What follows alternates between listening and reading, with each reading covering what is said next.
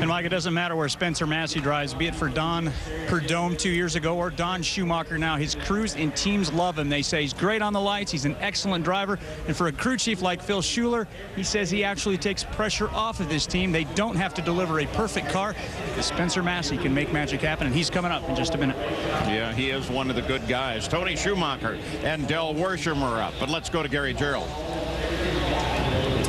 For the second time this season, Mike Edwards, a #1 qualifier in pro stock. Kind of play the professor role here and evaluate the progress of your team at this point of the season. Well, I think we're steadily improving, Gary. I mean, we stumbled there a little bit the first of the season and come on in, but gradually I think we're getting better.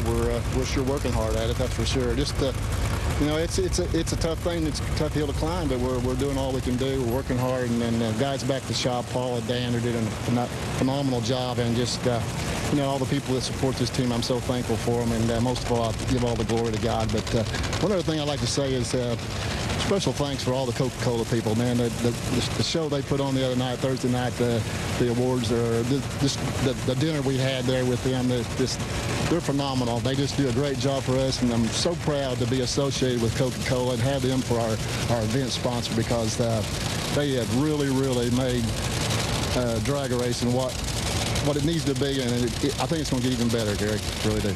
Thank you. Every year, Coca-Cola holds a champions dinner at their world headquarters in Atlanta. Yeah, it's a past champions dinner, and that man right there, Tony Schumacher, was present. Del Worsham was not, but he's hoping that he'll be invited next year. But first, he's going to have to win the Full Throttle Championship this year, but so far, he's definitely got a car that I would say most people say he has a more than legitimate shot at doing it. Don Schumacher looks on at his son, Tony Schumacher, who goes side by side with Del Worsham.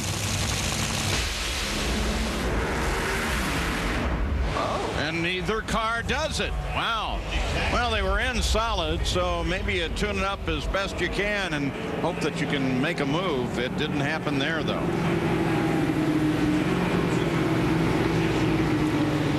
Well, if you're driving for Alan Johnson and you're talking the first 5 races, how does it look for you? It's a pretty good gig. Yeah, I'd say so. Yeah. Wow. Stat guy.